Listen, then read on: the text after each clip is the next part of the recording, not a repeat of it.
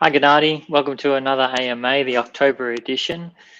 Great questions from our community and users coming through, and we've got some other news. I just want to launch straight into it, though. You were recently at a Coinbase event in Australia where you met John Lachlan, the country director.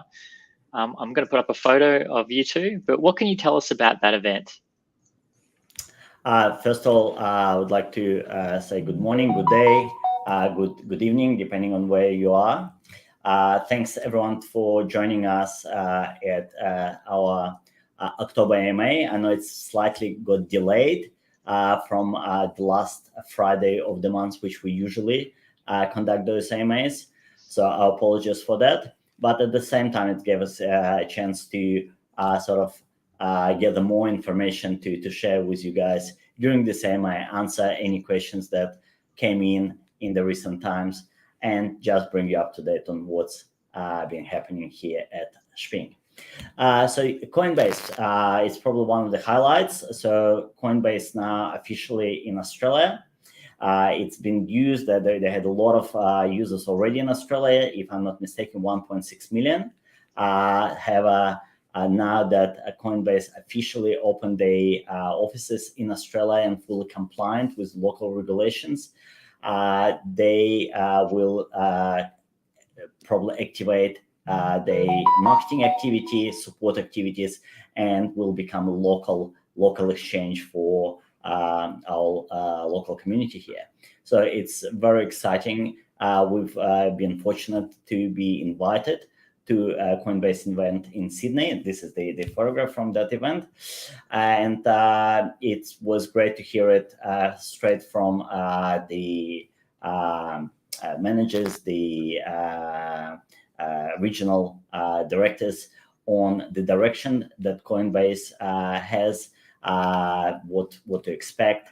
And it was very exciting to be there, just to feel the vibe and the energy that's coming from the great community already working with the Coinbase in Australia. Great. So what does that mean for Shping app users? So the fact that Coinbase became a local exchange have actually opened up a lot of opportunities for anyone using Coinbase, but more for the Shping app users, which who are now integrated with Coinbase. It opens up the opportunity of instant cash out. So for example, you can move your coins from Shping app to Coinbase. Currently, it's still going through the validation, but once we're through the test phase, those transfers are going to be instant. So when you move your coins from Shping app to Coinbase, it will instantly transfer those coins. But once they hit your Coinbase wallet, you can actually convert them to Australian dollars and have them cashed out straight to your bank account within a second. So a use case that you could imagine, you're in the store, you want to buy some goods and you realize that you are $20 short. You can move those coins into $20 from your Shping app to your bank account within a second, the whole transfer. So which is going to be very handy, something that a lot of our app users have been asking before. Can the cash outs be instant? So now it's possible. It works seamlessly. I tried it myself. I've cashed out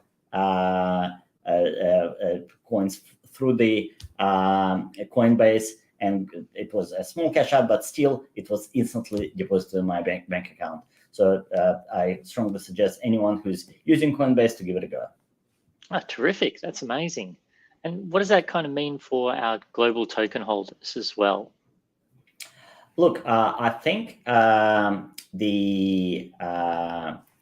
think growth of the exchanges where we present is vital for popularity and the accessibility, as well as the demand that's created for the coin. So any success of the exchanges that we work with is our success as well. And it's a success of any token holder, because it means that that token that you're holding is now available to more users in more countries.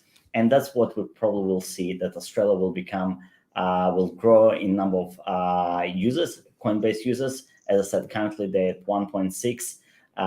And I don't want to say the number only because I can't remember exactly, but they did mention the target that they're planning to hit in terms of the user acquisition.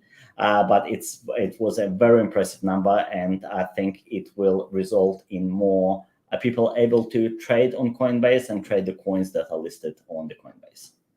Great, that sounds amazing. And look, before we get into something further, I just want to say to the community or anybody watching that you're able to place some comments. We'll be able to get to those at the end. So feel free to shoot through comments as we go. We've been mentioned in a couple of media channels in Australia, and I just wanted to share that with the community. So I'm just going to present my screen, and we can just take a look at some of these. Just bear with me for 1 second. Just bringing it up. Okay, hopefully everybody can see that at home. And here we go.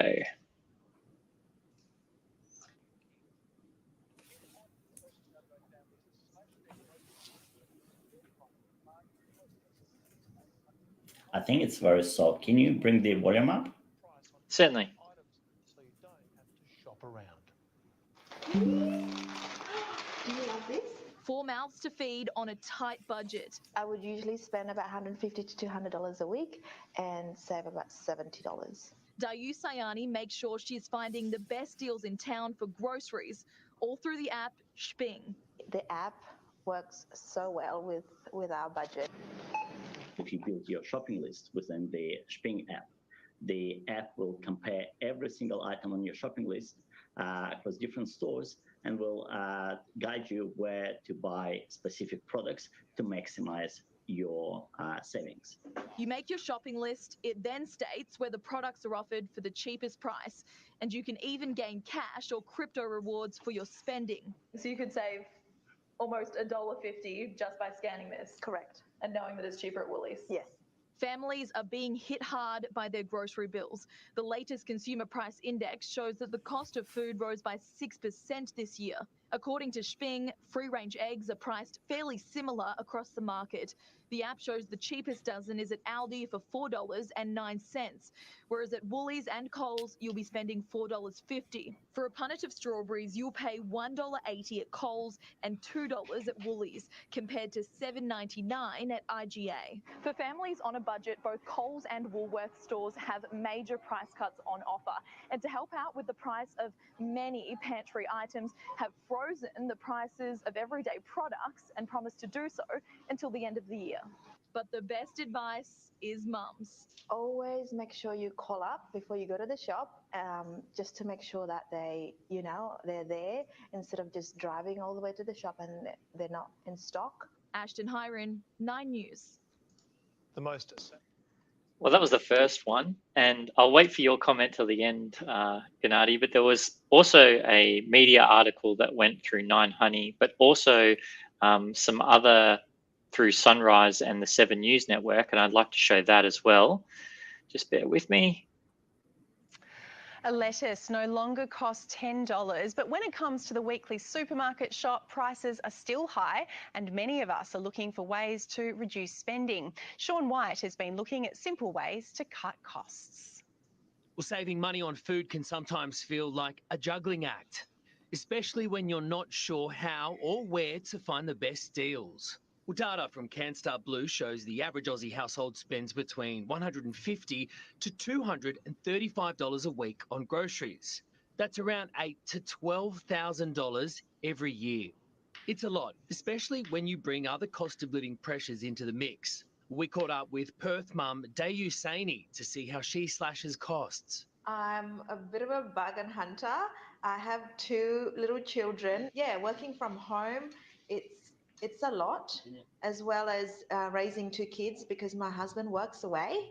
But when Dayu started feeling the pinch of high prices, she made some major changes to how she shopped. Shopping! Let's see what we have in here. Well, Dayu started planning ahead to limit her grocery runs. She also got tech savvy. With the help of the Shping app, Dayu now compares grocery prices across different stores to find the best deal. You can actually put your loyalty cards on there and that would maximize your rewards, and then you can cash it out. On a good day, you can save up to 50% per shop. So if you can get the products that are on special in that particular store and then get other products in the other store which are on special, that will bring your average cost of the product down. It won't work for everyone though. So what else can you do to save at the supermarket? The first is to avoid pre-cut and pre-packaged food items. Well, these can cost up to 5 times as much per kilo. Home brand products can save you.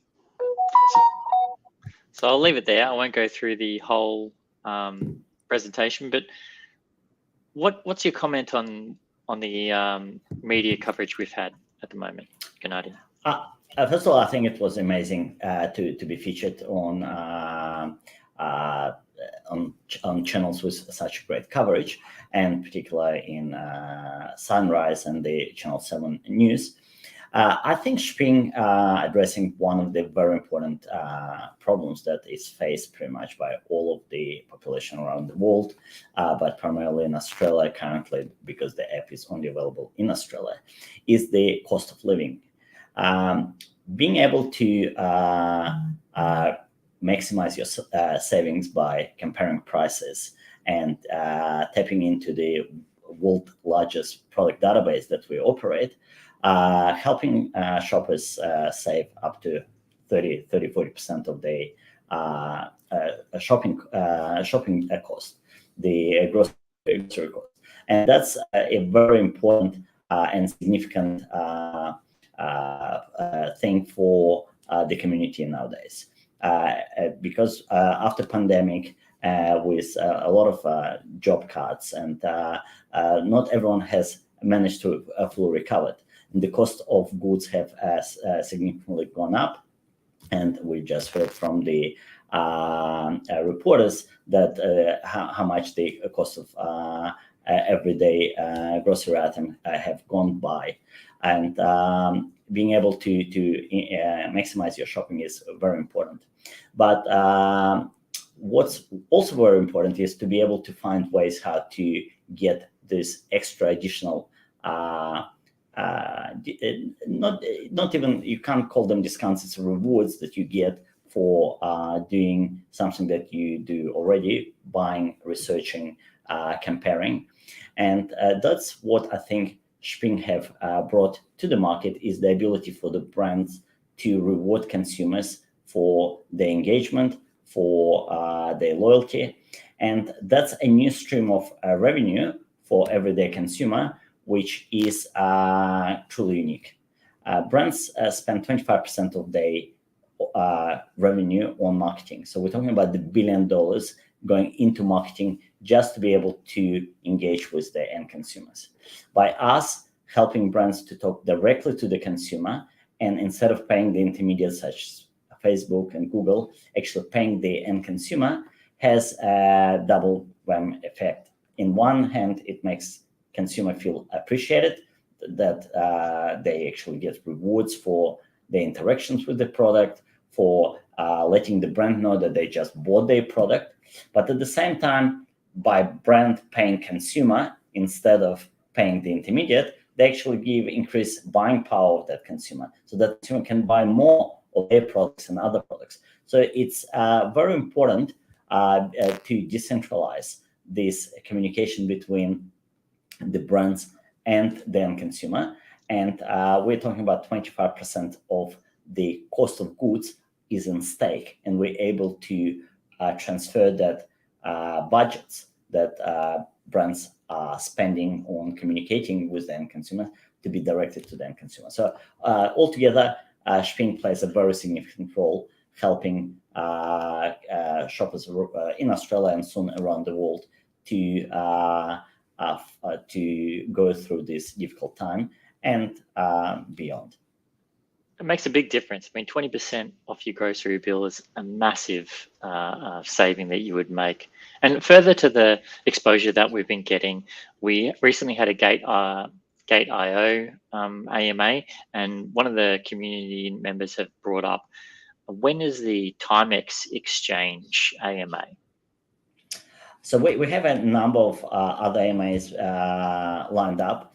Timex, we have made an arrangement. I think it was even before we got listed on Coinbase. and that's been put on hold until initially we want to get our new branding done, which we currently have released, and now we planning to complete the integration with Timex, where consumers, the app users, will be able to move their coins to Gate.io to Timex. So once this integration is fully completed, that's when the AMA will go live. So I would say probably within next 2 months, we're planning to complete the integration with Gate.io, Timex, and some other exchanges that we work with. And that's when we will schedule the AMA. It's definitely still coming. We recently had the discussion with the AMA, Timex marketing team regarding the AMA, and so it's definitely coming very soon. Okay. Well, look, I'll keep the questions coming because there's Anita from South Australia who's one of our app users. We got an email from her asking, absolutely love the Shping app and the rewards that I earn. Would be great to understand where those rewards are coming from and whether this is going to be available ongoing. What can you tell us about that? Look, I think it's important to understand the tokenomics, and we've touched on it a few times before in our AMAs. So the coins or the rewards that consumers are getting, they actually, they're not getting it for nothing. They get it for the value they're creating for the brands that they already buy or planning to purchase in the future. So for example, if you as a consumer have written a review about the brand, that review creates enormous value for the brand. They can use this review on their e-commerce. That review can help other people to make a decision to buy their product. So it creates a lot of value, and that's why a brand is prepared to pay you as a consumer in Shping coins for your contribution. If you buy a product and upload the receipt, and the brand can see that that they're present on every single receipt of your weekly shopping, they want to reward you for that, because it's something that they always wanted to do, but they never actually knew that it's you who is buying their product. They knew that certain products are moved through Coles, Woolworths, but who's the actual users behind those purchases, they never knew. Now they can actually see that it's Anita, for example, from South Australia, who is buying their product on a regular basis. And that's why every time they see that purchase, they're going to reward her with Shping Coin. It's like a mini cashback that she gets for her loyalty. So that's the tokenomics. And the more consumers will interact with brands, the more they will be rewarded. So it's something that creates a win-win scenario, because for the brand paying you directly for this engagement, it's a much cheaper and more effective alternative than paying Facebook to get message delivered to you.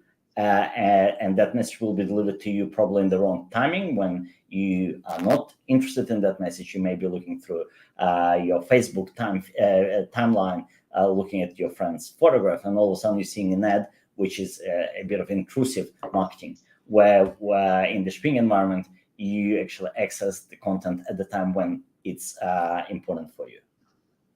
And how does that affect the sustainability? How is it sustainable? You've touched on how brands want to keep rewarding consumers. Does that create the economy? Certainly. So the way our tokenomics works is brands buying the coin and passing them to the consumer. That creates the demand on the exchange.